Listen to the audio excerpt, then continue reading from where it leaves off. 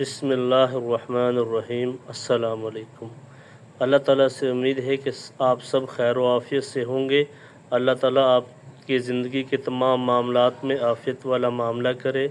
آپ دوستوں سے گزارش ہے کہ اس چینل کو سبسکرائب بھی کریں اور اپنی رائے سے مجھے مستفید بھی کریں اور بتائیں کہ اس کے اندر کیا بہتری لے کر آنی چاہیے۔ آج ہمارا موضوع ہے کہ حضور صلی اللہ علیہ وسلم کا مختلف صحابہ کو دین اسلام کی دعوت لے کر مختلف علاقوں اور مختلف قبائل کی طرف بھیجنا۔ آج جو ہے وہ حضرت خالد بن ولید رضی اللہ عنہ کو آپ صلی اللہ علیہ وسلم نے یمن کی طرف دین اسلام کی دعوت کے لیے بھیجا۔ حضرت برا بن مالک رضی اللہ عنہ فرماتے ہیں کہ حضور صلی اللہ علیہ وسلم نے حضرت خالد بن ولید رضی اللہ عنہ کو اسلام کی دعوت دینے کے لیے یمن بھیجا۔ حضرت خالد بن ولید رضی اللہ عنہ کے ساتھ جانے والی جماعت میں بھی تھا۔ ہم 6 مہینے وہاں ٹھہرے۔ حضرت خالد رضی اللہ عنہ ان کو دعوت دیتے رہے لیکن انہوں نے اس دعوت کو قبول نہ کیا۔ پھر حضور صلی اللہ علیہ وسلم نے حضرت علی بن ابی طالب رضی اللہ عنہ کو وہاں بھیجا اور ان سے فرمایا کہ حضرت خالد رضی اللہ عنہ کو واپس بھیج دو اور ان کے ساتھیوں میں سے جو حضرت علی رضی اللہ تعالیٰ عنہ کے ساتھ رہنا چاہیں وہاں رہ جائیں۔ چنانچہ حضرت برا فرماتے ہیں کہ میں بھی ان لوگوں میں تھا جو حضرت علی رضی اللہ عنہ کے ساتھ ٹھہر گئے۔ جب ہم اہل یمن کے بالکل نزدیک پہنچے تو وہ بھی نکل کر ہمارے سامنے آ گئے۔ حضرت علی رضی اللہ عنہ نے آگے بڑھ کر ہمیں نماز پڑھائی، پھر انہوں نے ہماری صف بنائی اور ہم سے آگے کھڑے ہو کر ان کو حضور صلی اللہ علیہ وسلم کا خط پڑھ کر سنایا۔ چنانچہ قبیلہ ہمدان سارا ہی مسلمان ہو گیا۔ حضرت علی رضی اللہ نے حضور صلی اللہ علیہ وسلم کی خدمت میں قبیلہ ہمدان کے مسلمان ہونے کی خوشخبری کا خط بھیجا۔ جب حضور صلی اللہ علیہ وسلم نے وہ خط پڑھا تو خوشی کی وجہ سے فوراً سجدے میں گر گئے۔ پھر آپ صلی اللہ علیہ وسلم نے سجدہ سے سر اٹھا کر قبیلہ ہمدان کو دعا دی کہ ہمدان پر سلامتی ہو، ہمدان پر سلامتی ہو۔ حضور صلی اللہ علیہ وسلم نے حضرت خالد بن ولید رضی اللہ عنہ کو بنو حارث بن قاب کے پاس نجران بھیجا اور ان سے فرمایا کہ قبیلہ بنو حارث سے لڑنے سے پہلے ان کو 3 دن اسلام کی دعوت دینا، پھر اگر وہ اسلام کی دعوت قبول کر لیں تو تم بھی ان کے اسلام لانے کو تسلیم کر لینا، اور اگر وہ اس دعوت کو قبول نہ کریں تو پھر تم ان سے لڑائی کرنا۔ چنانچہ حضرت خالد بن ولید رضی اللہ عنہ مدینہ سے روانہ ہوئے اور قبیلہ بنو حارث کے پاس پہنچ گئے تو حضرت خالد بن ولید رضی اللہ عنہ نے ہر طرف سواروں کو گشت کرنے کے لیے بھیج دیا جو یہ کہتے ہوئے اسلام کی دعوت دے رہے تھے، اے لوگو اسلام لے آؤ، سلامتی پا لو گے۔ چنانچہ وہ سب لوگ مسلمان ہو گئے اور جس اسلام کی انہیں دعوت دی گئی تھی وہ اس میں داخل ہو گئے۔ حضور صلی اللہ علیہ وسلم نے حضرت خالد رضی اللہ عنہ کو حکم دیا تھا کہ اگر قبیلہ بنو حارث مسلمان ہو جائیں اور جنگ نہ کریں تو حضرت خالد ان میں ٹھہر کر اسلام اور قرآن و حدیث سکھائیں۔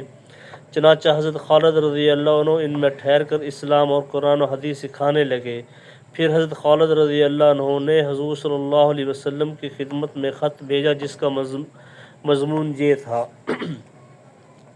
بسم اللہ الرحمن الرحیم، بخدمت جناب حضرت نبی رسول اللہ من جانب خالد بن ولید، السلام علیکہ یا رسول اللہ ورحمۃ اللہ وبرکاتہ۔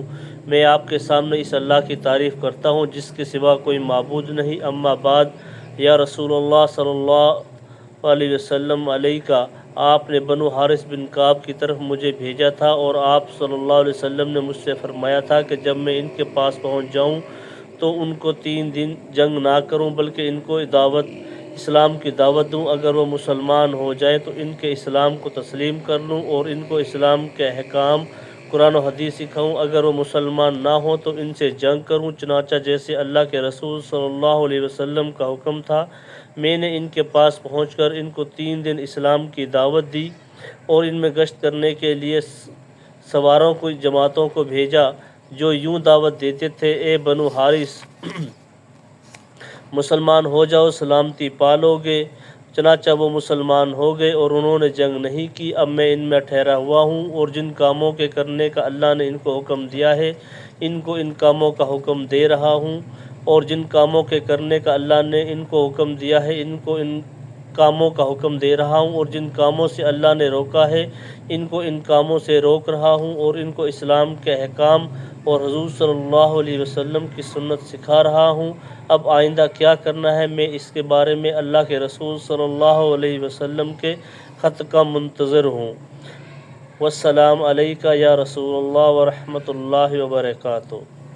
حضور صلی اللہ علیہ وسلم نے حضرت خالد بن ولید رضی اللہ عنہ کو یہ جواب ارسال فرمایا: بسم اللہ الرحمن الرحیم، محمد نبی رسول اللہ کی طرف سے خالد بن ولید کے نام، سلام علیکہ، میں تمہارے سامنے اس اللہ کی تعریف کرتا ہوں جس کے سوا کوئی معبود نہیں۔ اما بعد، تمہارا خط تمہارے قاصد کے ساتھ میرے پاس پہنچا جس سے یہ معلوم ہوا کہ بنو حارث بن کعب تمہارے جنگ کرنے سے پہلے ہی مسلمان ہو گئے اور انہوں نے تمہاری دعوت اسلام قبول کر لیا اور یہ کلمہ پڑھ لیا، اور اللہ تعالیٰ نے ان کو اپنی ہدایت سے نواز دیا، لہٰذا اب تم ان کو خوشخبریاں سناؤ اور اللہ کے عذاب سے ڈراؤ، اور پھر تم واپس آ جاؤ، تمہارے ساتھ ان کا ایک وفد بھی یہاں آئے۔ السلام علیکم ورحمۃ اللہ وبرکاتہ۔ چنانچہ حضرت خالد رضی اللہ عنہ حضور صلی اللہ علیہ وسلم کی خدمت میں واپس آ گئے اور چنانچہ حضرت خالد رضی اللہ عنہ حضور صلی اللہ علیہ وسلم کی خدمت میں واپس آ گئے اور ان کے ساتھ بنو حارث بن کعب کا وفد بھی آیا۔ وہ حضور صلی اللہ علیہ وسلم کی خدمت میں آئے اور آپ نے ان کو دیکھا تو فرمایا: یہ کون لوگ ہیں جو ہندوستان کے آدمی معلوم ہوتے ہیں؟ صحابہ رضی اللہ عنہ نے عرض کیا: یا رسول اللہ، یہ بنو حارث بن کعب ہیں۔ جب وہ حضور صلی اللہ علیہ وسلم کی خدمت میں پہنچے تو انہوں نے حضور صلی اللہ علیہ وسلم کو سلام کیا اور کہا کہ ہم اس بات کی گواہی دیتے ہیں کہ آپ صلی اللہ علیہ وسلم اللہ کے رسول ہیں اور اللہ کے علاوہ کوئی معبود نہیں۔ آپ صلی اللہ علیہ وسلم نے فرمایا: میں بھی اس بات کی گواہی دیتا ہوں کہ اللہ کے سوا کوئی معبود نہیں اور میں اللہ کا رسول صلی اللہ علیہ وسلم ہوں۔ پھر آپ صلی اللہ علیہ وسلم نے فرمایا: کیا تم وہی لوگ ہو جن کو جب دھکا دیا جائے تو پھر وہ کام کے لیے آگے بڑھتے ہیں؟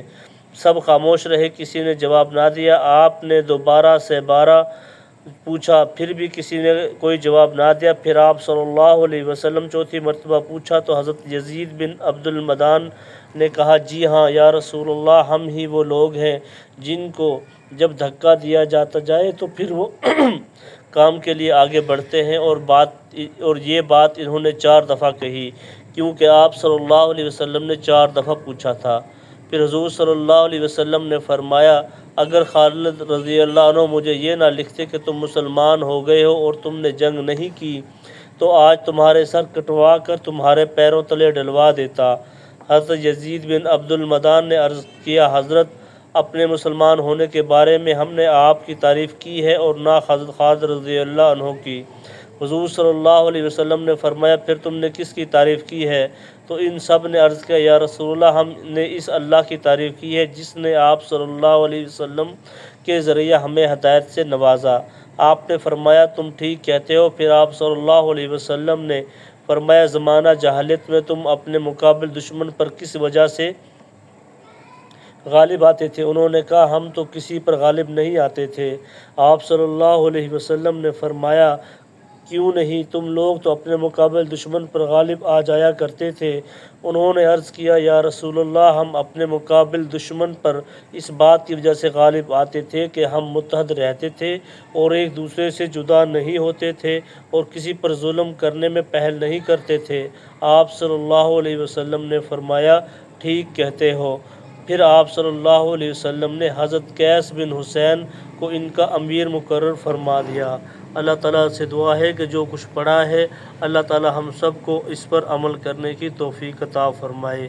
آپ دوستوں سے گزارش ہے کہ اس چینل کو ضرور سبسکرائب کریں تاکہ ہمیں معلوم ہو کہ آپ صلی اللہ علیہ وسلم نے یہ کلمہ میرے اور آپ تک پہنچانے کے لیے کتنی قربانیاں دی ہیں، کتنی تکالیف کو برداشت کیا ہے، اور صحابہ رضی اللہ عنہ نے بھی آپ صلی اللہ علیہ وسلم کے بتائے ہوئے احکامات کو، ان کی دعوت کو میرے اور آپ تک پہنچانے کے لیے کتنی محنت کی ہے۔ السلام علیکم۔